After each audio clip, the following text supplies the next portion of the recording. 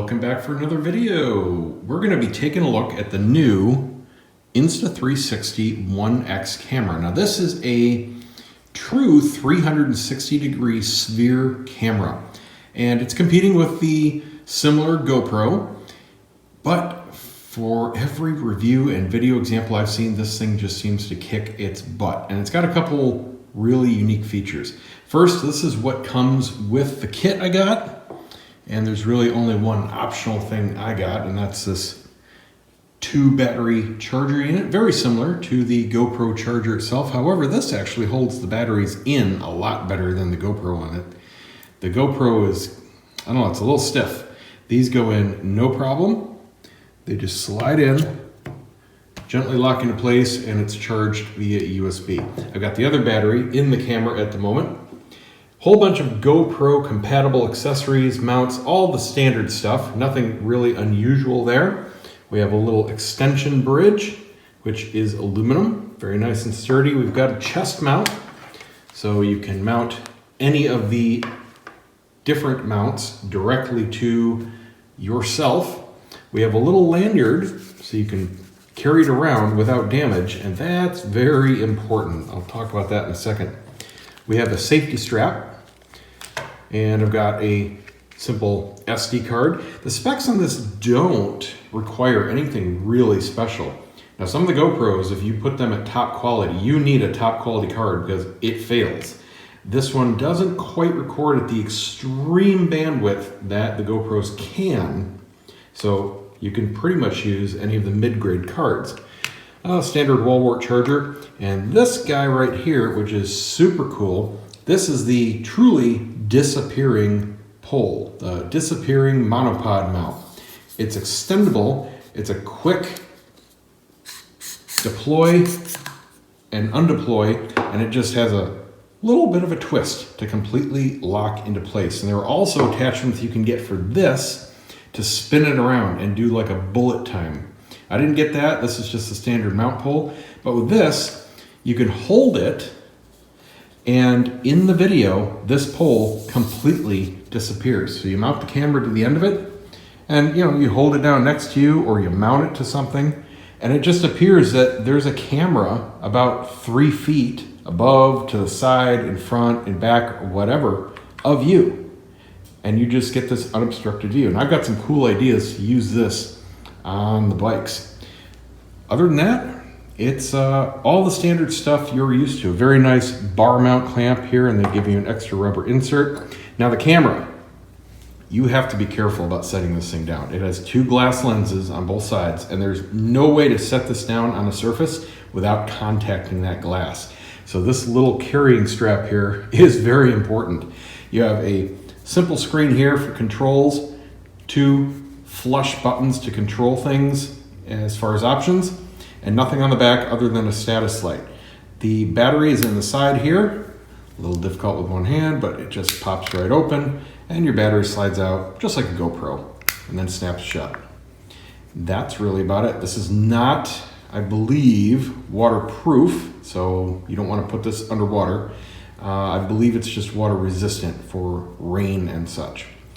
And we've got the tripod mount screw on the bottom and your little card slot. So yeah, that verifies it's definitely not waterproof, and don't get this bottom even wet. There's no rubber cap or anything for that slot. So it's a fair weather camera, and you can see it just screws on like that. And that's basically how you use it on the monopole or any of your GoPro accessories that you may want to add depending on where you want to put it. So let's go test it. Now I do have to caution you about one thing. If you get this dual charger, you must use the Insta360 cable and the original wall wart.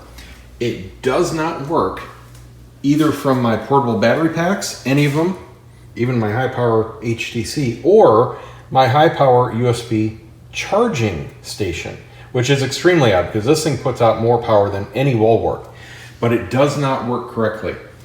After about 20 minutes, if you use anything but the original equipment, these just go to flashing red and green, showing an error, and the batteries do not charge. If you use the Insta360 equipment, after a while, it will charge. And the benefit to using this dual charger, even if you don't have the need for 2 batteries is, it charges at twice the rate of plugging the Insta360 directly into USB to charge. That's a good advantage. All right, so I've been playing around with it, checking out the camera, getting used to the settings, more importantly, getting used to the editor. It is a, well, almost pain in the ass. It's doable. I mean, it works, it functions. It's actually quite quick, takes advantage of NVIDIA cards for hardware accelerated editing and rendering. That all works fine. They need to work on becoming industry standard, especially with keyboard shortcuts. It's rudimentary. They give you basic trim commands, and basically they're using keyframes for all the important shot manipulations. And that's really about it. But for example, adding a keyframe is Control K. There's no mouse command for it, and you can't remap it. That's a 2-finger command at best. So a little clunky there, but it functions. So I got the bike kit, and I was hoping they would give you a way to mount the arm here directly to the bike. They do not. I've got a little janky rig going on here. I don't know if it's going to work because frankly, this isn't too sturdy. It might. So what I did is I modified one of my existing GoPro extensions and broke off the 3rd leg with the built-in nut. So I made a male-to-male, and I was able to couple 2 feet together. So I've got a foot in the chest mount and a foot in the bar mount. This bar mount is made to mount on handlebars of a bicycle, not a motorcycle. So I've got it holding the rod. And the problem is when you extend it all the way, it's only half extended now, and add the weight of the camera, well, this thing dips, you know. It does rotate, it's got a lock, it's very high quality. I love the bar mount. It's the best bar mount I've ever seen for a GoPro mount, period. But I've got these things cranked down and it still flexes. So in the wind, definitely not a high speed kind of thing. I've kind of got some ideas, and I want to do a test video of some windscreens coming up that it might work for. But you're gonna have to figure something out completely yourself because there's nothing off the shelf to hold this bar. And the bar does work perfectly with the camera, especially and make it disappear. So we'll see how it works. Oh, and one other very important thing, unlike the GoPro with its dual layer plastic lenses, this fogs up just like a camera lens. So if you're coming indoors from AC to outdoors where it's humid, like here, and I did on my patio, you're gonna get at least one of the lenses fogging up. So you gotta use a hairdryer on it to heat this up before you step outside, or go out in the sun for a few minutes and let everything heat up before you record. So great quality, but a little temperamental. Yeah, as I was afraid of, this isn't gonna work. It's twisting the entire chest mount down, just stretching the elastic. So even if I reposition, gravity just keeps twisting it down. Got to figure something else out. I may just have to hold the bar out just to get some clips. I've seen a few people with similar camera setups, and they have a big backpack mounted rig. So that's pretty much what you would have to do, is rig up something to hold this bar in one position very rigidly. But nothing in this pack does that for you. So I think this is going to work for my intended purposes of testing and upcoming product review test. I've got some windscreens, some different windscreens to test, and what I want to show is a flow test, kind of like I did years ago with the FJR windscreen, where I used some yarn to kind of show where it was hitting my helmet. Well, I want to do more on this, so I want to see how it's flowing more from the side. I did a very similar setup where I took the GoPro and put it on a pole and just held it out, but it was very uncomfortable. This is cool. So I got the camera just mounted down here, and it doesn't matter which way it orients, it is really seamless wherever that plane is pointed, so that's cool. And I've just got a couple zip ties on each end here. It is very secure, so no worries about that. And of course you can retract it with one hand. So my advice is start the camera, then extend it out. And of course I'm recording on my GoPro here, and start all your cameras, get them all going, then do a clap to sync. And of course, if you're using this with any kind of dialogue, you are going to have to external record. I record when I hook everything up via an external mic on my helmet to the GoPro, so it sounds very good. You could use a zoom or anything like that, but yeah, forget about the audio on here. Great for video, great for adding your own soundtrack. So let's go out and just take a ride test, and I will show you. Now,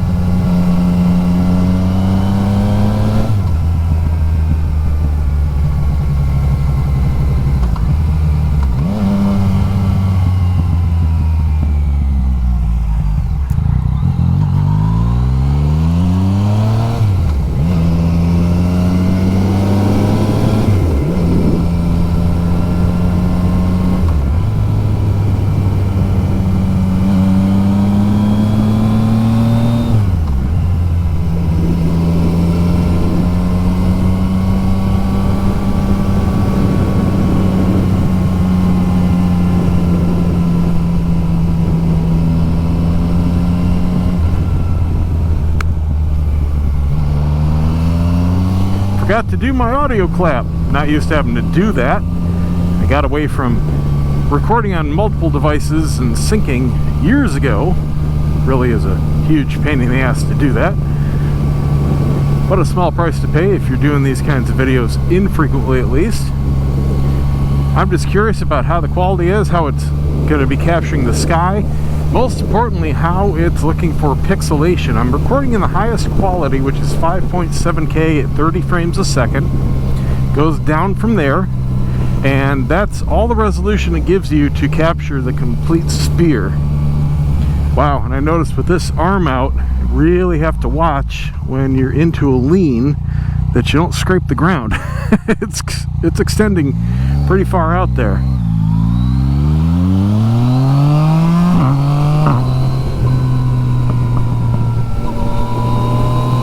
I also am a little curious how it picks up the wind noise.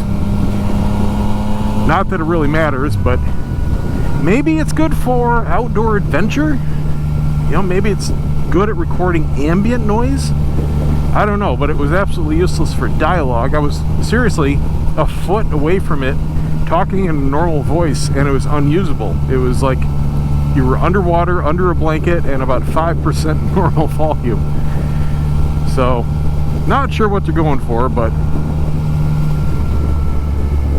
video looks good so far.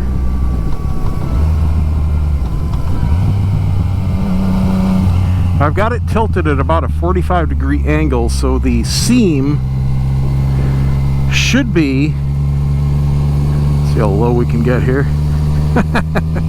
The seam should be kind of up in the sky for the best possible video facing directly forward. Now for the more advanced riders that can get some really good air time, well, this would probably be pretty exciting. Of course, I'd really love to have it mounted to the back of the bike, sticking straight up, or to my back, you know, just to get kind of like a follow cam going. That would be really cool and a lot safer riding around in traffic. This thing is sticking out about 4 feet beyond my left handlebar. Now it should be completely making this bar disappear, and it should look like, you know, there's somebody riding right next to me. Now I've got a lot of editing to do and a lot of steep learning curve left, because like I said, everything is manual. Unless you're just exporting the 360 sphere video, you have to think about every single moment of each scene that you want to do, where you want the camera to be pointed, how you want it stabilized, how you want the direction locked in, scene by scene, moment by moment. And it's all done with those keyframes on the timeline. They really don't give you any kind of good scrubbing controls. There's no overall timeline to scroll. It's really quite rudimentary. I hope they improve it. I really hope they do. Alright, so this is the test. You guys are seeing it before me, because I'm talking about it without knowing how it's going to turn out. But from what I've seen, it looks really promising as a cool new platform, especially if you get creative with the mounts. And I think a lot of people will be. I'll have a link down below. That is an affiliate link, but it's going to save you buying the camera, and once you get it, you're going to get a coupon for your choice of some free accessories. So feel free to use that. Thanks for watching. I'll have some more videos, I'm sure, coming up with this really soon. We'll see you next time.